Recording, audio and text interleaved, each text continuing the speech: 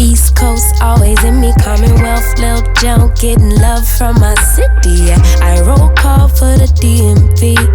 Hey guys, and welcome back to another video. I just got another download, and I heard we are living in a world that is literally capitalizing off of our mental fears, our mental anguish, our minds. This is the one thing they never wanted us to have power over, because if they knew that we took power of our minds, love will outweigh fear. Okay? So this message for you is today. This message is for you today. If you are struggling with a fear or a victim mindset and you really want to get out of this paradigm and you really don't know where to start, go ahead and book a consultation with me on my Instagram page at Lotus Vibration. You can click the book button and you will have access at your fingertips.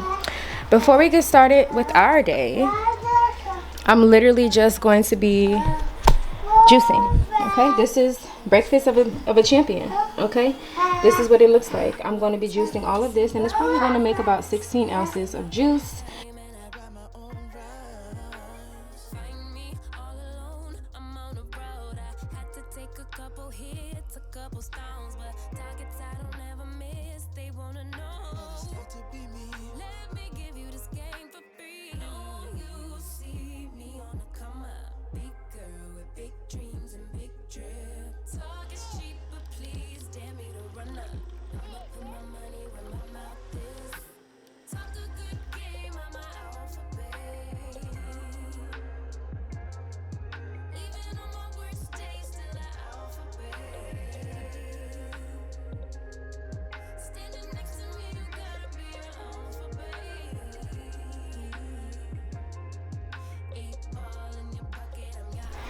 All right, so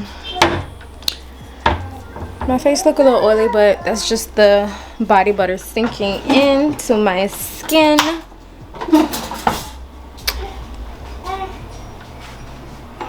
Oh my God.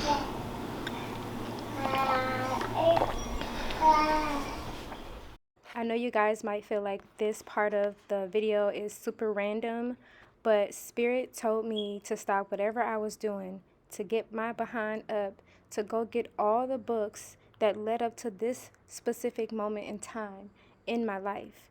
So these are some of the books that I've been reading in my 20s up until the moment of my rebirth. Now, I'm going to speak more about my rebirth in a different, separate video like this one if you're interested in hearing about the next video, which is going to be my enlightenment journey. Now, this part of the video is super special to me because this part represents my conscious self. This is the part of me that has always been a part of me. I've been journaling for about 10 years now. Actually, I've been journaling for about 12 years.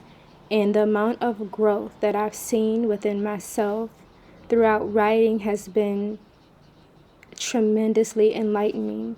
I mean, I don't know which other way to put it, but right now I'm just writing down all of the feelings that I have been feeling lately since discovering all of the information I received about the retrograde.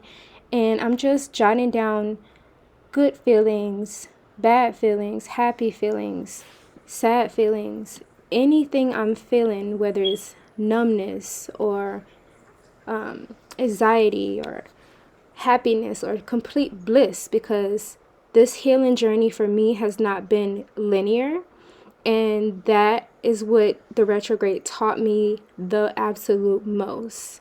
So right now, this is just my time to reflect in a conscious way about the things that I have been doing up until this moment in time and how I could take better action to align my goals with myself and my mind, in my body, and in my spirit.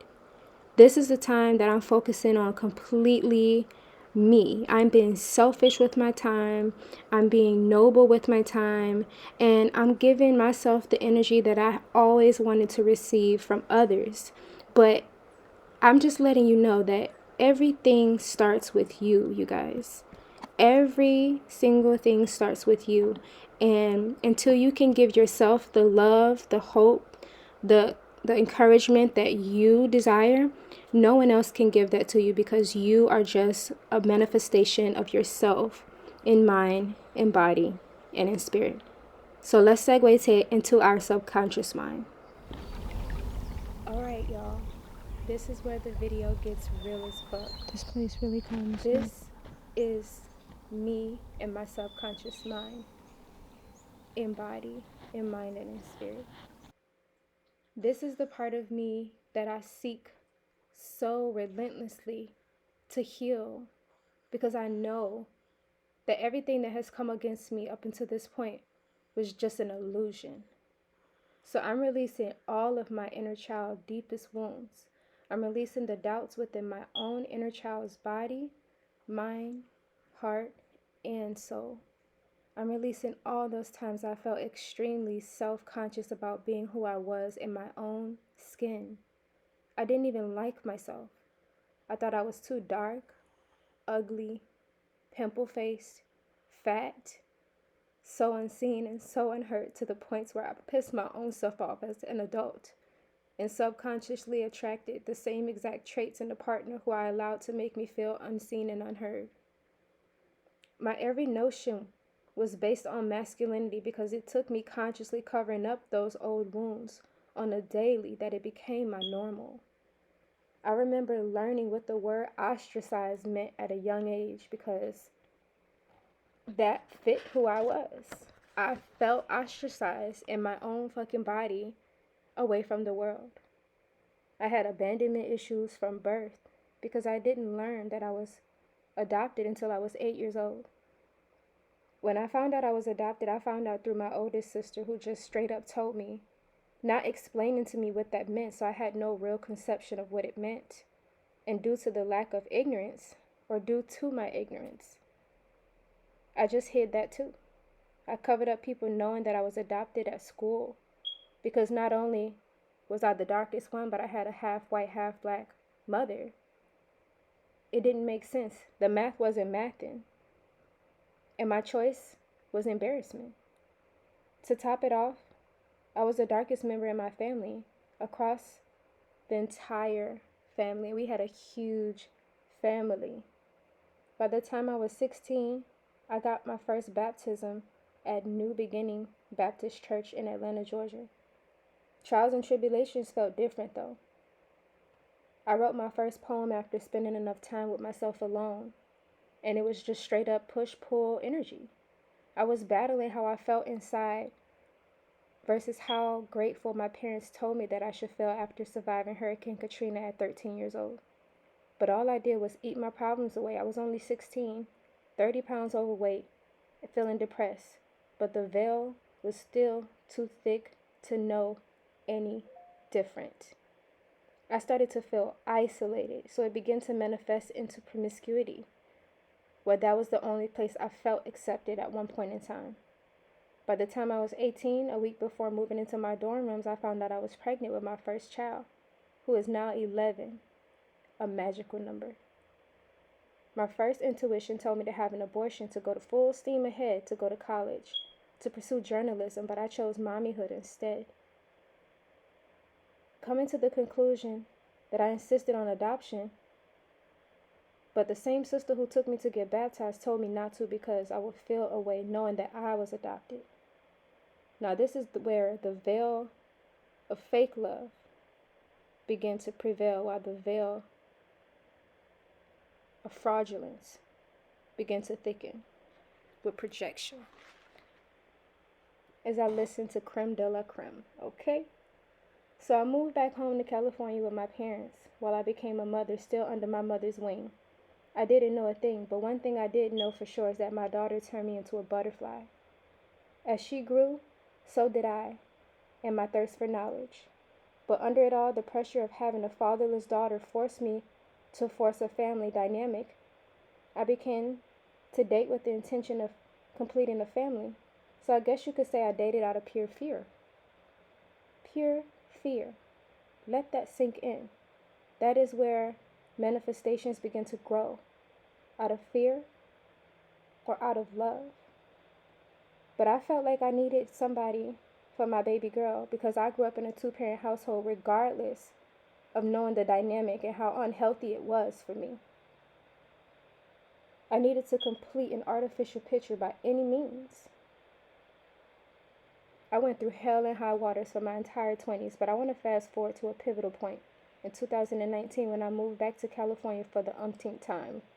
Listen, something told me to go spend time with my angel, my light, my grandmother, who was blind.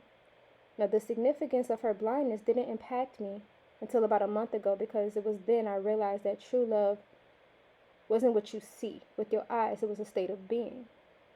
It was my angel who revealed that message to me during my spiritual awakening that began in 2019.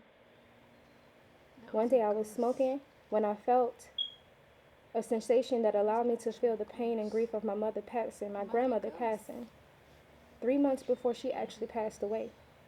It was strange since I had no experience of death close to me whatsoever. My greatest fear was that it would be my grandmother or my father passing. But guess what?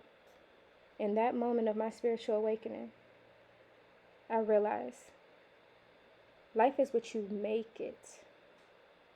Learn to be still enough to create what you want to create as the co-creator of the universe. Life is beautiful, but only if you allow it. You are so beautiful. As I'm looking at this video, I can't even believe, but I can, because I've always been a believer. Just looking at myself, reflecting on everything that I've always been. I never lived a lie. I always stayed true to myself. And as an adult, it used to hurt when family members would come up to me or even talk to me on FaceTime and just be like, "Who are you? Who is this girl now? Who is this? You never were like this. Who do you think you are?" Listen. That is the pivotal moment in your life where you have to understand there are two types of people. There are people that lift you up and there's people that pull you down. And the people that lift you up are angels. And the people that tear you down and want to see you are just crabs in a fucking bucket. All I gotta do is put some fucking rocks in that bucket and you done. Do you understand the power that's in the power of the tongue? Life and death stands in the power of the tongue, and it's up to you as a person to align yourself with your truth so that you can manifest everything that you deserve in your truth. That's your God-given abundant right. Stop allowing society to put a label on you. Spirit say you are as you proudly wear that label, but underneath it is so much confusion. and embody that. Confusion because you're fighting against yourself, your shadow self. The person that needs the most attention right now. It's up to you to get quiet enough, get still enough within, to understand that you have the power within yourself. It is not outside of you, and everything that you say and feel and see that is outside of you is just a manifestation of what you truly are inside.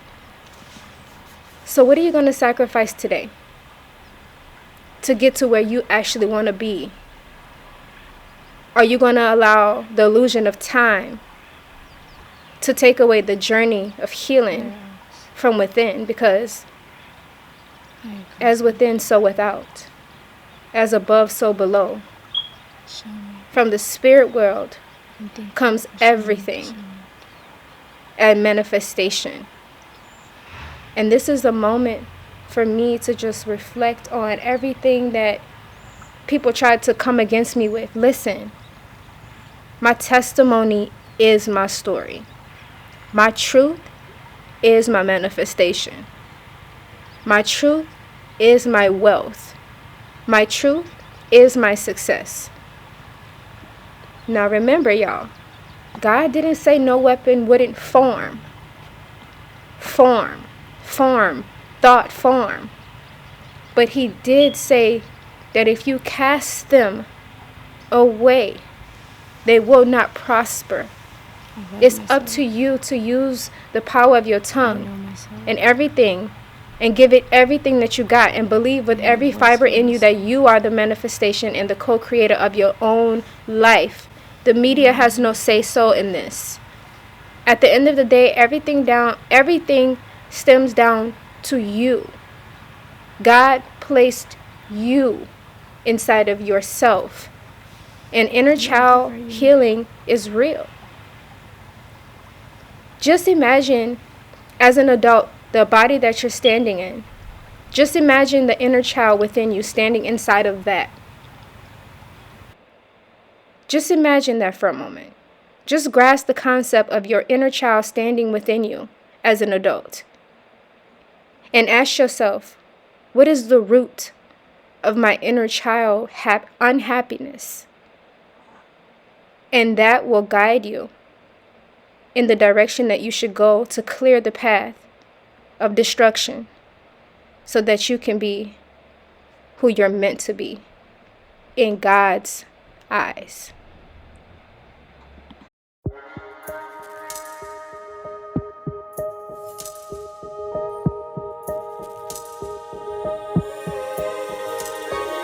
Finally don't get no fuss, finally be riding on my way.